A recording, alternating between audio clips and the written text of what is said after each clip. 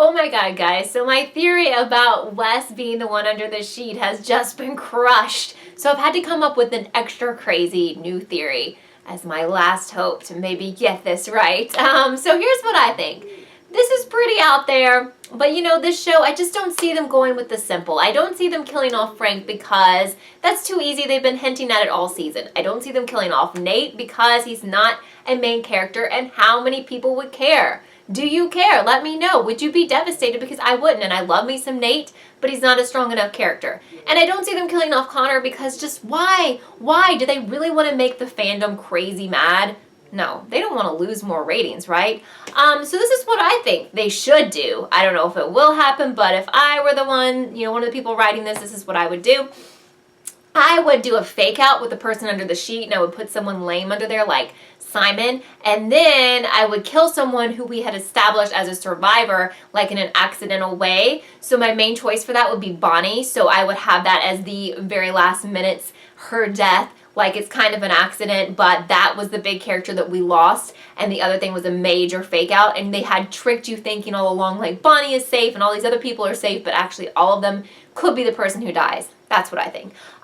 With the opening scene, I thought it was great, and I thought the ending was great of this episode. I had worried that Laurel would be like our fake out, like the fake out person, and then Laurel would die, but it looks like she's going to survive. I'm not so sure about her baby. I'm hoping that's not the case because it would make more sense to me if her baby lives, and then we have that drama of who's the baby daddy. But what was very interesting is that she was in a panic to get a pen and paper, and she wrote Wes's name down on that paper, and I think Maggie understood that as, is Wes okay? Is he alive? But what she really meant was he is a criminal, he did something awful, because I think he's definitely involved with the fire scene and the person dying or who knows what. So anyway, we also learned that Annalise was charged with first degree murder and arson, and that someone had basically turned her in, was an informant to police, and we learned who that is at the end, You already know. But anyway, and we learned that Wes was the one who turned in Mahoney's son's name. But the problem here is that Mahoney's son has an alibi for that night, so now the pressure is back on, and the police are still looking at Wes as the main suspect, which I don't really understand still because logistically it doesn't add up. He wasn't in the right place to have shot Mahoney from the distance where he was shot from, and I don't understand why Wes is the main suspect and why he's in all this drama. But, oh well. Another thing that really bugs me about this season, and maybe it will all make sense by the finale, is we don't know what Simon's deal is. Like, what was his motivation for putting up the flyers? I have to give Ralph mad credit because he thinks that Simon is the son of the dean, and they're like in cahoots together, hashtag cahoots, to like bring down Annalise. But I don't know. What I also don't understand is why, Annalise called him out on it, and the next thing you know, he's like cool with her and everything's cool. I mean, I know that Keating 5 doesn't like him, but it's just like kind of been dropped, and I just don't understand why. So Annalise is always eating, and when we were watching this show live, some of the KELLIETV fam, people were wondering, like, is she pregnant or what? And personally, I think it's because she was dependent on alcohol, and now that she's trying to be sober, she is dependent on food, so she's like constantly snacking, and none of it looks particularly appetizing, but whatever. So there was an interesting crazy moment where Annalise asked the Keating 5 to roast her, and it was very intense and very crazy. I've had a lot of different feedback on this. Some people think she absolutely deserved it, others felt bad for her and felt like the Keating 5, they were being ungrateful. Wes was the only person who refused to say anything because he was like, you know what I feel about you. In some ways I can understand where they're coming from. In some ways I don't, because they kind of got themselves in their own mess here. Every decision they made themselves, but they're in so deep. Everyone's tied to criminal activity. They're just kind of trapped with her, and they don't want to be with her. Remember, Connor tried to leave, but he was like terrified she would kill him, which she probably would have had him killed. So it's just a really big mess, and they're resentful because they're stuck in this mess, but they don't know how to get out.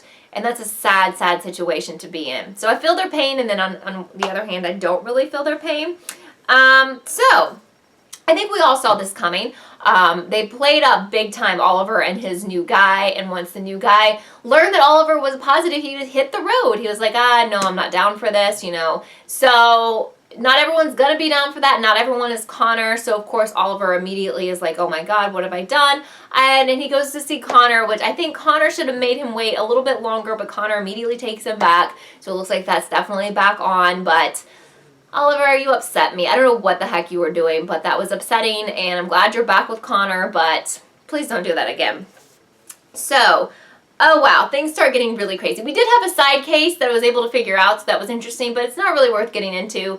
The woman was poisoned by antifreeze, blamed her kids because she was awful, and wanted them to feel bad for her if she was going to die, when she actually poisoned herself. That pretty much wraps it up really quickly, and Laurel was like the star in that case. So Frank is back, and he shows up at Bonnie's, and he's like overly emotional, and he feels bad, and he's like, you know, I really do care about you, and blah, blah, blah. But she's had it. She couldn't believe he left her alone in the motel room, and she was very strong in this moment, and she told him to leave. And he cried, and he had, you know, a major breakdown. This is not good for Frank, because I really feel like whether he dies or not, he's going to have the massive breakdown in the finale. You know, he's really angry right now. He also, I forgot to mention, caught Wes and Laurel having sex. So he's got a lot of pent up resentment going on here, and he just may explode and set a house on fire or something. I don't know. But this is just not good. So Bonnie turns him down. So he goes over to Laurel's, and Laurel had just gotten off the phone with Wes and just accidentally drunk told him that she loved him. I really do think she does. And he's like, I can't leave. I need to be here. And that they kind of left us hanging with that. So I don't know what's going to happen with that. But if she turns him down too, he's just going to feel like his life is over, and he's going to do something really, really stupid. And I don't think she cares about him the way that she did.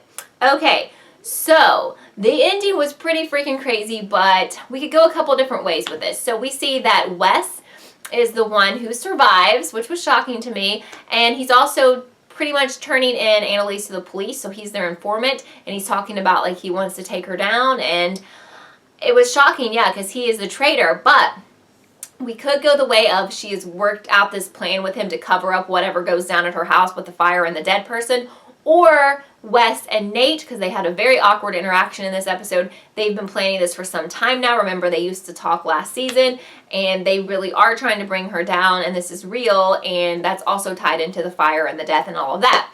So, I want to know what you guys think about my crazy theory. Who survives next week? That's a big one. I'm going to call Nate on this because I think they want it to...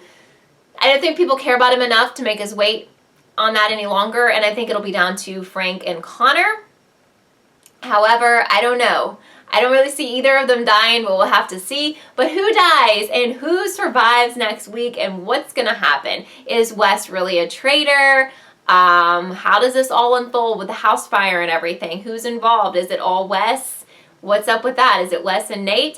Can't wait to read your theories. I reply to everyone's comments. If you're just finding me, or if you've been watching but haven't subscribed, I do really appreciate subscribers, new subscribers. It helps me to be able to make more of these videos for you. So thumbs up and subscribe if you haven't. I would really appreciate it. And I hope you have a wonderful weekend. And I will see you guys really soon. Bye.